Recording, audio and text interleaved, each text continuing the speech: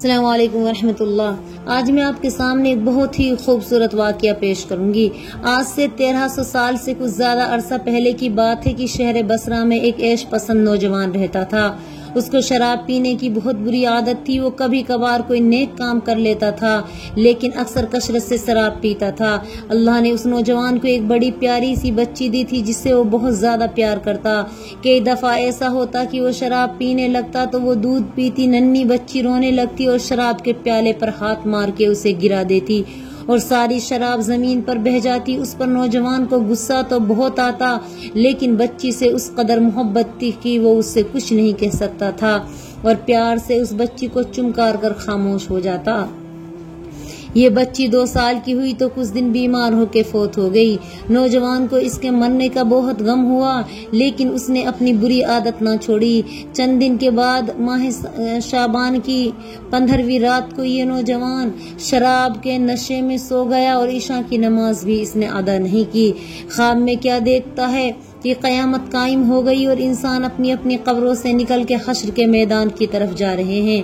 نوجوان بھی ان لوگوں میں شامل ہو گیا۔ چلتے چلتے نوجوان کو اپنے پیچھے کچھ شور سنائی دیا۔ اس نے پیچھے مڑ کے دیکھا تو اس کو ایک خوفناک اژدہا نظر آیا جس کے منہ سے آگ کے شعلے نکل رہے تھے اور وہ اس انسان کا پیچھا کر رہا تھا۔ ڈر کے مارے نوجوان کے ماتھے پر پسینہ آ گیا اور وہ تیزی سے آگے کی طرف بھاگا۔ اژدہا بھی تیزی سے اس کے پیچھے لپکا۔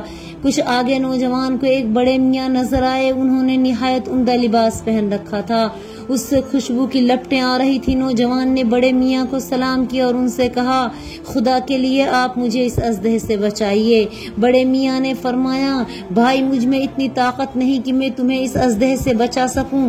تم یوں کرو، اس طرف تیزی سے بھاگ جاؤ، شاید آگے تمہارے بچنے کی کوئی صورت پیدا ہو جائے۔ یہ سن کے نوجوان نے پھر بھاگنا شروع کر دیا۔ اچانک اس کی نظر ایک ٹیلے پر پڑی۔ نوجوان اس پر چڑھ گیا۔ دوسری طرف دیکھا تو دوزخ کا نظارہ ہے جس میں آگ کے شعلے بھڑک رہے ہیں۔ نوجوان اژدہے سے ڈر کر اتنا گھبرا گیا تھا کہ وہ آگے بڑھتا چلا گیا۔ قریب تھا کہ وہ دوزخ کی بھڑکتی ہوئی آگ میں جا پڑے۔ اس کے کانوں میں آواز پڑی، پیچھے ہٹ جائیے، پیچھے ہٹ جائیے، تم دوزخی نہیں ہو۔ یہ آواز سن کر نوجوان پیچھے پلٹا۔ اژدہا اب بھی اس کا پیچھا کر رہا تھا۔ راستے میں اس کی ملاقات پھر بڑے میاں سے ہوئی۔ نوجوان نے ان سے پہلے کی طرح پھر مدد مانگی۔ بڑے میاں نے اس کو وہی جواب دیا جو پہلے دے چکے تھے اور کہا، سامنے ایک پہاڑی ہے، اس پہ چڑھ جاؤ، شاید وہاں تمہارا پیچھا اس اژدہے سے چھوٹ جائے۔ نوجوان بھاگتا ہوا اس پہاڑی پہ چڑھ گیا۔ اژدہا وہاں بھی اس کا پیچھا کرتا رہا۔ نوجوان نے وہاں دیکھا کہ ایک گول پہاڑ ہے، اس میں بہت سی کھڑکیاں ہیں، ان میں کواڑ ہیں، سونے چاندی کے، یاقوت اور موتی کے۔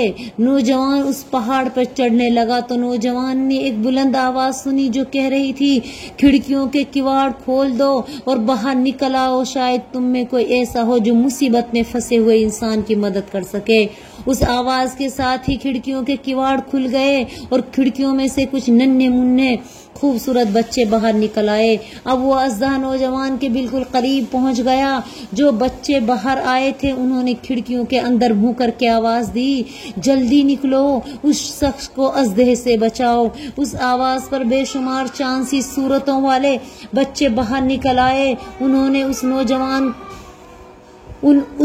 نوجوان کی وہ بچی بھی تھی جو 2 سال کی عمر میں فوت ہو گئی تھی۔ وہ اسے دیکھتے ہی اس کی طرف دوڑی اور ابا ابا کہہ کے اس سے لپٹ گئی۔ نوجوان نے اسے گود میں اٹھا لیا۔ بچی نے اپنا دایاں ہاتھ اژدہے کی طرف بڑھایا اور دیکھتے ہی اژدہا بھاگ گیا۔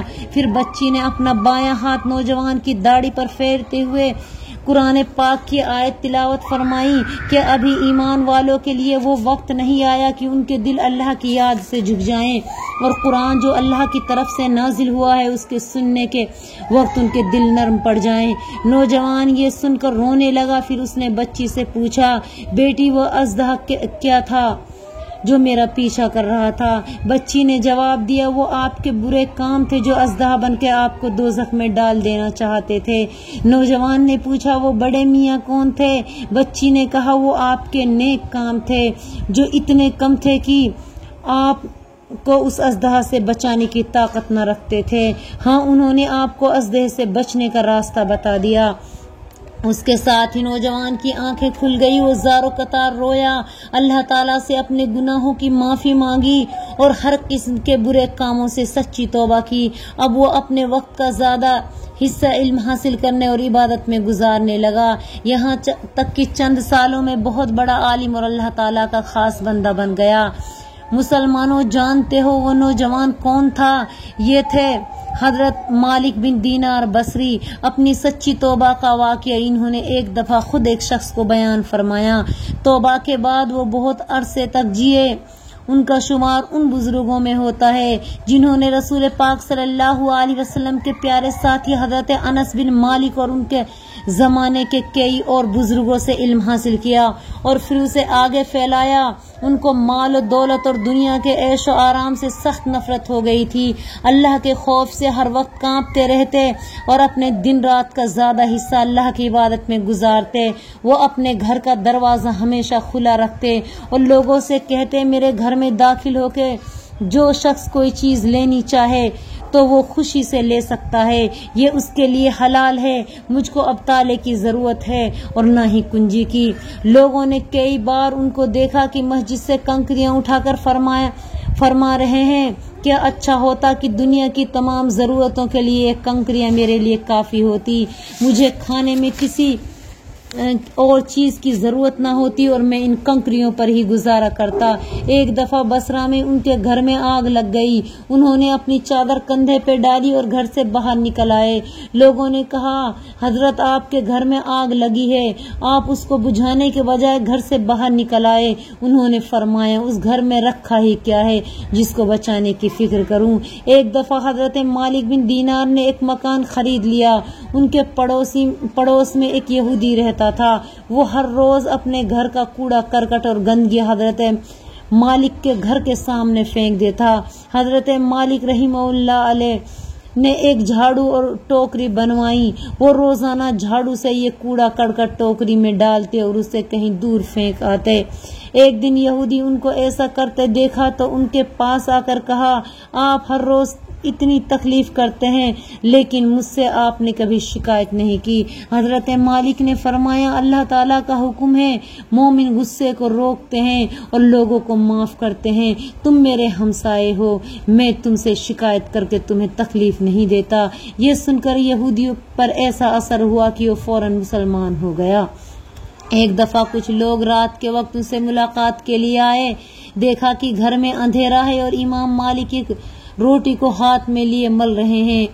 ان لوگوں نے کہا، حضرت گھر میں نہ کوئی چراغ ہے اور نہ روٹی کھانے کے لیے سالن۔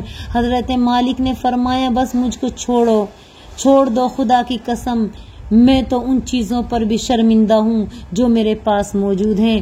حضرت مالک نیکی کے ہر کام میں بڑھ چڑھ کر حصہ لیا کرتے اور فرمایا کرتے، جو عالم اپنے علم پر عمل نہیں کرتا اس کا واز دلوں سے ایسے ہی پھسل جاتا ہے جس طرح بارش کا قطرہ چٹان سے۔ حضرت مالک کی پرہیزگاری اور عبادت کو دیکھ کر لوگ ان کو اللہ کا ولی سمجھتے تھے۔ ولی اس انسان کو کہتے ہیں جو اللہ تعالیٰ کے بہت زیادہ قریب ہو۔ ان کی وفات کا وقت قریب آیا تو فرمایا، مجھے ڈر ہے، مجھے اس بات کا ڈر نہ ہوتا کہ میں دین میں کوئی نئی بات نکالنے کا گناہ کر رہا ہوں تو میں گھر والوں سے کہتا کہ جب میں مر جاؤں تو میرے ہاتھ پاؤں میں زنجیر ڈالنا اور میرے ہاتھوں کو گردن کے پیچھے لے جا کر باندھ دیں، پھر اسی حالت میں مجھے دفن کرے تاکہ قیامت کے دن اللہ کے سامنے ایک مجرم کی طرح حاضر ہوں۔ یہ تھے امام مالک جن کا واقعہ ابھی میں نے آپ کے سامنے پیش کیا۔ ہمیں چاہیے کہ ہم اس واقعے سے عبرت حاصل کریں۔ السلام علیکم ورحمۃ اللہ۔